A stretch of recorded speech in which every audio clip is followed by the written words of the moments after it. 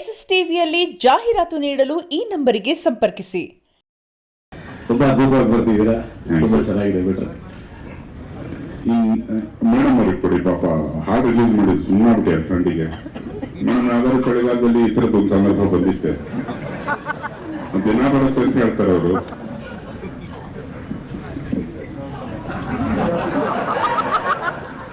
ವಿಜಯ ಪ್ರಕಾಶ್ ಅವರಿಗೆ ವೇದಿಕೆಗೆ ಸ್ವಾಗತ. ವಿಜಯ ಪ್ರಕಾಶ್ ಸರ್ ಒಂದೇ ಅಲ್ಲ ಸರ್, ಒಮ್ಮೆ ಮಗು ಅಲ್ವಾ? ಎಂತ ತುಂಬಿರು ಮೇಡಮ್ ನಿಮ್ಮ ಮಗಳು, ಎಲ್ಲರಿಗೂ ಅವಕಾಶನೇ ಕೊಟ್ಟಿಲ್ಲ ಈ ಹಾಡು ಪ್ರಕಾರ. ಅಷ್ಟೇ ಅನುಭವಿಸ ಹೇಳೋದಕ್ಕೆ ಅದಕ್ಕೆ ಸಾಧ್ಯ ಆಗಿರೋದು ಸರ್.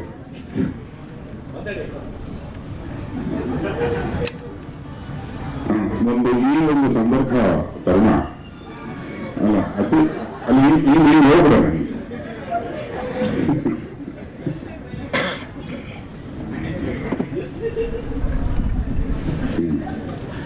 ರೀಸೆಂಟ್ ಅನುಭವ ಈಗ ಹಾಗೆ ಪರಿಸ್ಥಿತಿ ಕೃಷ್ಣವ್ರದ್ದು ಈ ಹಾಡಿನ ಥರನೇ ಇದೆ.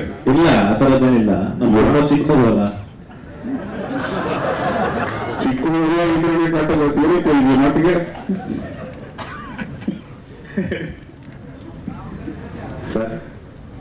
ಏನಾದ್ರು ಹೇಳ್ಬೇಕು ನೀನು, ಒಬ್ಬ ಗಂಡು ಮುತ್ತೈದೆ ಆಗಿ. ಅದೇ ಹೇಳಿದ್ನು ಸರ್, ಈ ಸದ್ಯಕ್ಕೆ ಏನಂತ ಸಮಸ್ಯೆ ಇಲ್ಲ.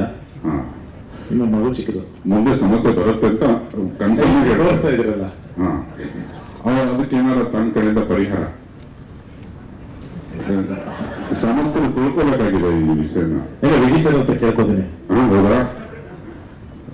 ಕೇಳೋ ಕರೆಕ್ಟ್ ಆಗಿ ಎರಡು ಮಾತು.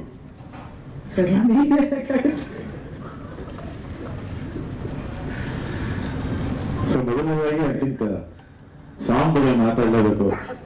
ಅಂದ್ರೆ ಎಲ್ಲವೂ ಒಂದು ಪರ್ಫೆಕ್ಟ್ ಆಗಿದ್ರೆ ಏನ್ ಕಾಣುತ್ತೆ ಅದು, ಅಂದ್ರೆ ಒಂದು ಆರ್ಟಿಸ್ಟ್ ಆಗ್ಬೋದು. ವಿಜಯ್ ಸರ್, ರಚಿತಾ ಇಬ್ರು ಅದ್ಭುತವಾಗಿ ಮಾಡಿದ್ದಾರೆ. ಆಮೇಲೆ ರಜನೀಶ್ ಅವ್ರದ್ದು ಮ್ಯೂಸಿಕ್ ಅಂಡ್ ಭಟ್ರದ್ದು ಲಿರಿಕ್ಸ್ ಪ್ಲಸ್ ಸರ್ದು ವಾಯ್ಸ್ ಅಂಡ್ ಸಿನಿಮಾಟೋಗ್ರಫಿ ಮಿಲನ ಕೇಳ್ತಾರೆ ಯಾರು ಮಾಡಿರೋದು ಅಂತ, ಸ್ವಾಮಿ ಅಂತ ಅದ್ಭುತವಾಗಿ ಮಾಡಿದ್ದಾರೆ. ಇದು ತುಂಬಾ ಥಿನ್ ಲೈನ್ ಅದು. ಇದನ್ನ ಚೂರು ಜಾಸ್ತಿ ಏನಾದ್ರು ಅಂದ್ರೆ ಭಟ್ರು ಯಾವಾಗ ಹೇಳ್ತಾರೆ ಅಂದ್ರೆ ಜಡೇಶ್ ಅವ್ರಿಗೆ ಇದ್ರ ಬಗ್ಗೆ ಇನ್ನೂ ಅಷ್ಟು ಕನ್ವಿನ್ಸ್ ಆಗಿರಲಿಲ್ಲ ಹಂಗೆ ಅಂತ. ಬಟ್ ಹೇಳೋದಲ್ಲ, ಐ ಥಿಂಕ್ ಬದುಕುಗಳು ಕೂಡ ತುಂಬಾ ಬುದ್ಧಿವಂತರು ಅಂತ, ಬಹಳ ತುಂಬಾ ಸ್ಮಾರ್ಟ್ ಆಗಿ ಶೂಟ್ ಮಾಡಿದ್ದಾರೆ. ಎಲ್ಲೋ ಅದೊಂದು ಚೂರು ಏನು ಅನಿಸ್ತೇನೆ, ತುಂಬಾ ಇನ್ನೊಂದು 4 ಸತಿ ನೋಡ್ಬೋದು ಅದನ್ನ. ಅಂದ್ರೆ ಇವನ್ ಮಕ್ಕಳನ್ನ ಕೂರ್ಸ್ಕೊಂಡು ತೋರ್ಸೋ ಅಂತ ಒಂದು, ಅಂದ್ರೆ ಈ ತರ ವಿಷಯನ ಇಷ್ಟು ಒಂದು ಸೆನ್ಸಿಬಲ್ ಆಗಿ ಒಂದು ತುಂಬಾ ಚೆನ್ನಾಗಿ ಹ್ಯಾಂಡಲ್ ಮಾಡಿದ್ದಾರೆ ಅನಿಸ್ತು. ಅದ್ಭುತವಾಗಿದೆ. ಅಂಡ್ ನನಗೆ ಎಸ್ಪೆಷಲಿ ಸೆಕೆಂಡ್ ಚರಣದಲ್ಲಿ ಅಣ್ಣವ್ರದ್ದು ದೂರು ಬೆಟ್ಟ ಸಾಂಗ್ ಪ್ರೀತಿಯ ದೇವರು ಕೊಟ್ಟ ಅಂತ ಬರುತ್ತಲ್ಲ, ಅದೊಂದು ಫೀಲ್ ಅನಿಸ್ತು ನನಗೆ.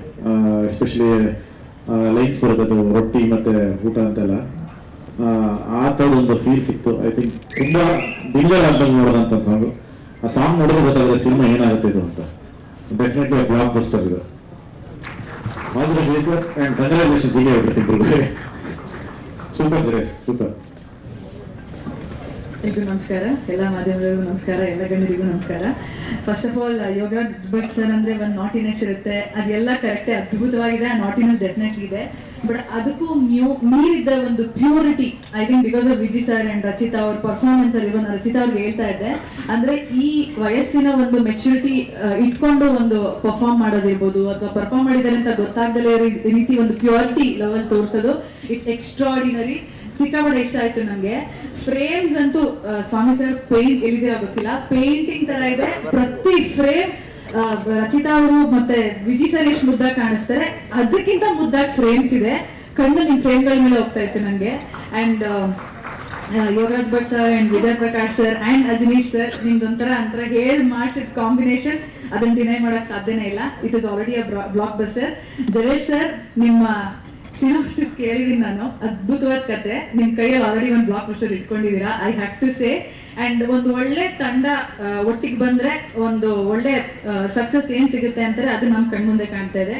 ನಿಮ್ಮ ತಂಡದಲ್ಲಿರುವಂತ ಎನರ್ಜಿ ಅದ್ಭುತವಾಗಿದೆ. This is a short and I want to wish the whole team all the very best. ಒಳ್ಳೆದಾಗ್ಲಿ.